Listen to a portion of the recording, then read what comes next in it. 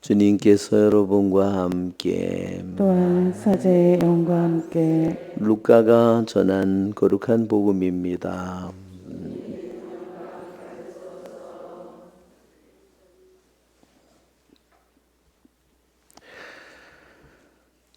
그때 예수님께서 제자들에게 말씀하셨다. 사람의 아들의 날에도 노아 때와 같은 일이 일어날 것이다.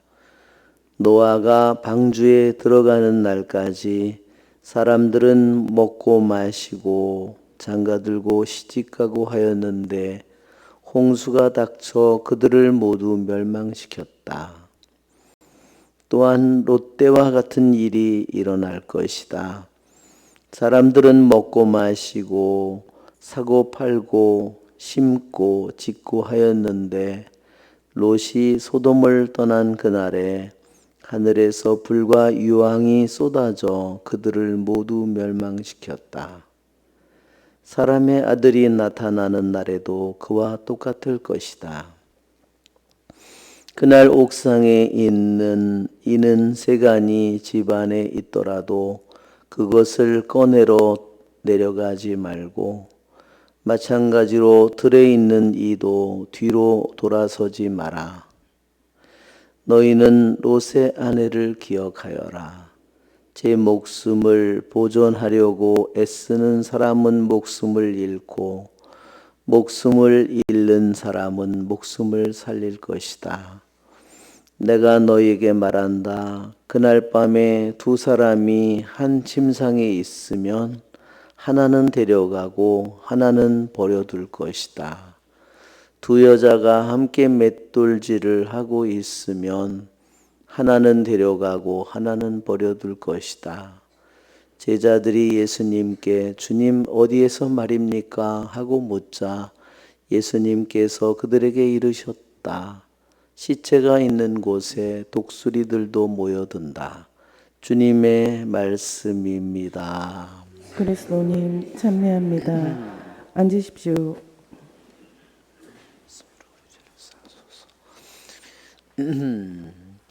참 예수님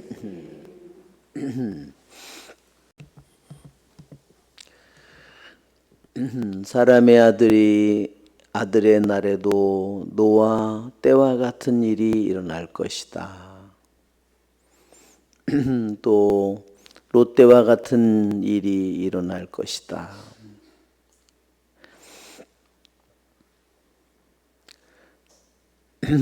바로 주님의 날은 우리들의 평범한 우리들의 삶 속에서 매일의 삶 속에서 우리가 준비되어야 한다는 것을 주님께서 말씀하십니다. 우리가 먹고 마시고 하지 말라는 말이 아니고 사고 팔고 하지 말라는 말이 아니고 심고 짓고 하지 말라는 말이 아니죠. 그렇죠? 우리는 이 모든 일들 가운데서 우리는 우리들에게 무엇이 나의 첫째고 무엇이 나의 중심이고 무엇이 나의 삶의 이유이고 무엇이 나의 삶의 목적인가 그것을 나는 내 자신에게 자꾸 물어야 됩니다. 그렇지 않으면 주님을 믿는다는 것이 껍데기만 믿는다고 하는 거예요. 어떤 신심행위만 또는 어떤 한 부분의 활동만 어떤 봉사만 그거를 내가 그렇게 할 수 있어요. 그러나 아무리 작은 일을 하더라도 먹는 일이든 마시는 일이든 사고 팔고 하는 일이든 심고 짓고 하는 일이든 우리들의 모든 내 삶의 중심이 무엇인가? 여러분 한번 중심이 내 뜻이라고 한번 생각해 보십시오. 내 욕심이라고 내 이익이라고 한번 생각해 보세요.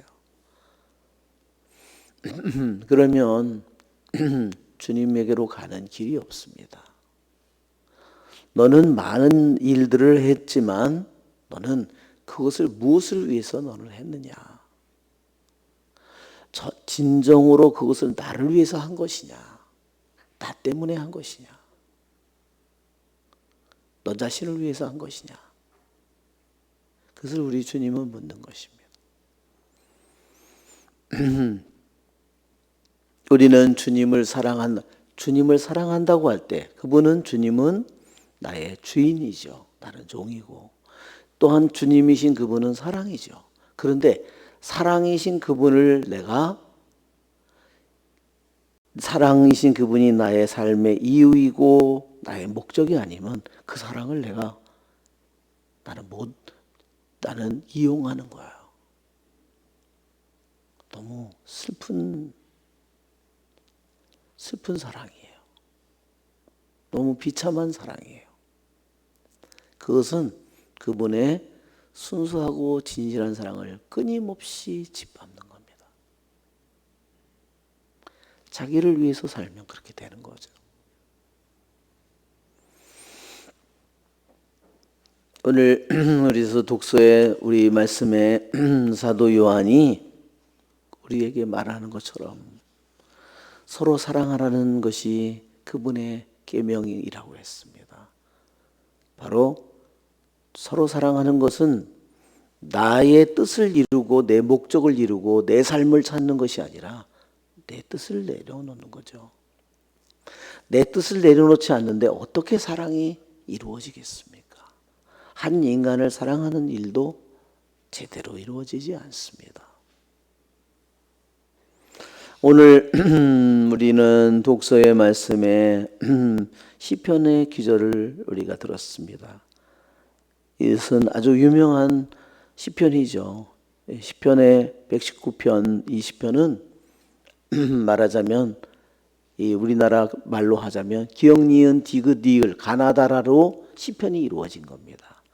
그러니까 히브리 언어로 알파벳 순으로다가 알렙, 벳, 김멜, 달렛 뭐 이런 식으로, 그래서 첫 글자가 가, 나, 다라 이런 식인 거예요. 그렇게 시편이 시작돼 가지고 이 전체가 이루어진 겁니다. 오늘 우리 이 기절 중에서 행여 당신께 죄를 지을세라 마음 깊이 당신 말씀 간직하나이다. 얼마나 깊이 당신 말씀을 간직해야 할까? 말은 금방 듣고 우리들이 내 안에서 금방 사라지는데, 이거 음성으로 하는 것은 공간을 정말 0. 몇 초 공간을 울리고 사라지죠. 그러나 그 말씀의 의미는 내 마음속에 떨어지면 그 말씀은 내 안에서 삽니다. 영원히 삽니다. 어떤 말씀은, 그렇죠? 어떻게 당신의 말씀을 깊이 간직하는가? 성 베르나르도가 이렇게 얘기했습니다.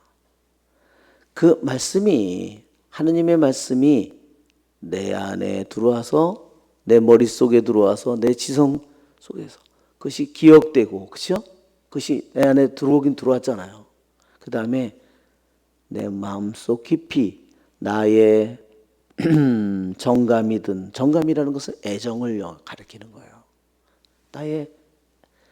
우리들의 마음속에 있는 가장 중요한 영역이 뭐예요? 애정의 영역, 사랑의 영역이죠.